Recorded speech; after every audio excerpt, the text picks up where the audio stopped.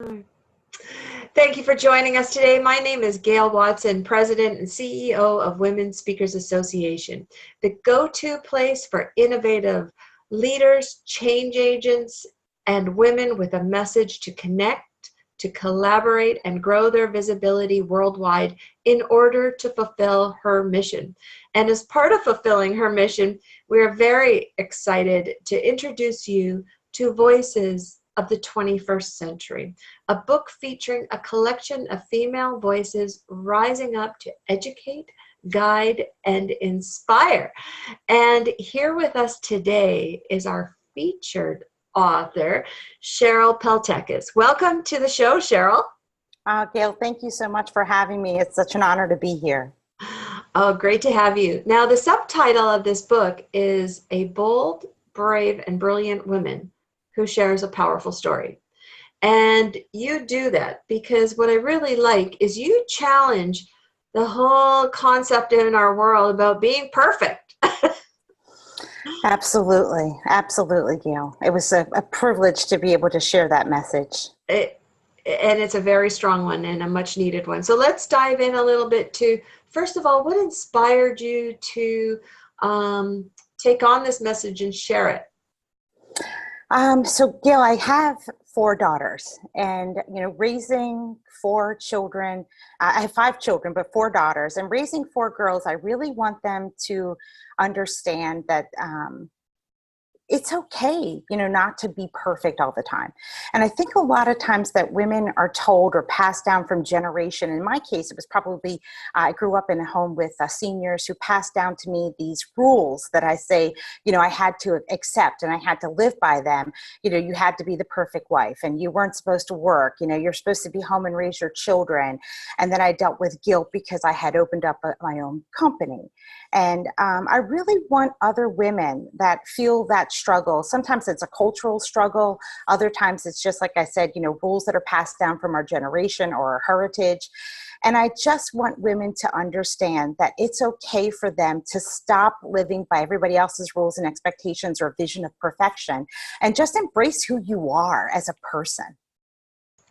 That's super powerful, and what an awesome role model that you are to your girls, particularly. And it's interesting because you're talking about the generation before, your parents and grandparents and what they passed down and how much we've evolved as women. And just when you struck a chord with me there, just as you said, that guilt. You're a parent and you should be doing this, and then I started a business. Mm-hmm. Right? This is us as entrepreneurs. We struggle with that guilt. So talk to me about how your journey and how you've evolved, how it's impacted your life today. Like, sure. So when I started, it starts years ago, Gail, but at the age of 25, I opened up my first company. And that happened to be a home health agency. And then 2 years later, I opened up a private duty company. And then a few years after that, I lost my mom to ovarian cancer, and I opened up a hospice in my mom's memory. And during that entire time, I tried to be home as much as possible and make sure I was home every morning to get my kids off to school, make sure that I was home every afternoon to get my kids, home from school and homework done and food in their stomachs and drive them to activities and then put them to bed. And then I would go back and work so that I would not miss those precious hours with my children. And I'm so glad that I did that. But at the same time, I was living by these rules that I believe that, you should never use daycare. You don't need a nanny. What would you do that for? You want to be the one raising your children. And, I felt a lot of guilt because, my mom and my mother-in-law, they both believe that you really should be home with your children. And so, I was constantly being told, when is enough? And, you're sacrificing your children in spite of yourself. And, finally one day I just snapped, and I was at work and I was working on a project, and my husband walked in and he asked me for the project. And he said that one word as he was looking through it. He was looking through the report I prepared, and he said, this is great, something like that. And then he said that one word that, just makes us snap sometime. It was the word but. And everything that he said before that word but meant nothing now, right? So the word but said to me, this is not good enough. And at that moment, I thought, I'm trying to do all the housework to make sure that you are 100% satisfied 24/7 and make sure I'm taking care of kids and trying to be successful in a business. And you're complaining about a report that I just typed up. And I just literally at that moment, I felt like I ripped off that superhero costume. And actually what I had done was I picked up a coffee mug and I threw it across the room. And when that glass shattered, it woke me up. And I was like, oh my God, what was that? And I realized I had just done that. I had never acted out in any such manner ever in my life. So it was quite a shock to my husband as well as even to myself. But the very next day I went home that night. My husband came home from work and he said, what's up with you? And I said, you know what? I realized that I'm trying to live up to everybody else's expectations, everybody else's version and image of what perfection is. And I've had enough. And now it's time for me to live up to what I want to do. And I don't want to do everybody's laundry for 7 people in this house. I don't want to be the one to do all the food shopping and cook 7 meals a week for dinner. I don't want to be the person that drives all the kids' activities, worries about tests and school projects, and make sure that on top of it, that I'm making over 6 figures. So it just, I said, I'm done. And I basically said to my husband, you can choose to keep me as your wife or as your business partner. But that decision is totally up to you. I'm so thankful that my wonderful husband decided to keep me as his wife. And the very next day, I opened up my own business in consulting after 24 years of building my other company, which was a 5-star rated home health accredited by the Joint Commission. Again, living by that same standards of everything's got to be perfect.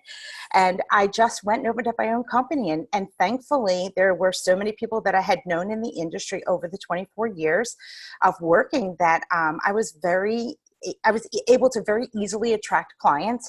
And I've been working as a consultant for the last several years and loving it. And, making my hours, choosing who I work with.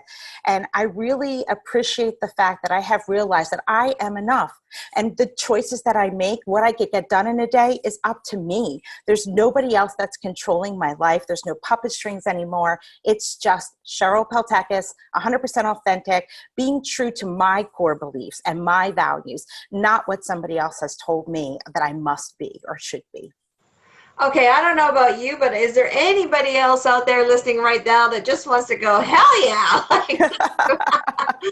Right That's awesome. You are awesome. High five to you over and over. Thanks, Gail. I could just feel your energy just pouring through right now. And just getting to that point, there was many points in your story there. I was going, oh yeah, I hear you. I'm here.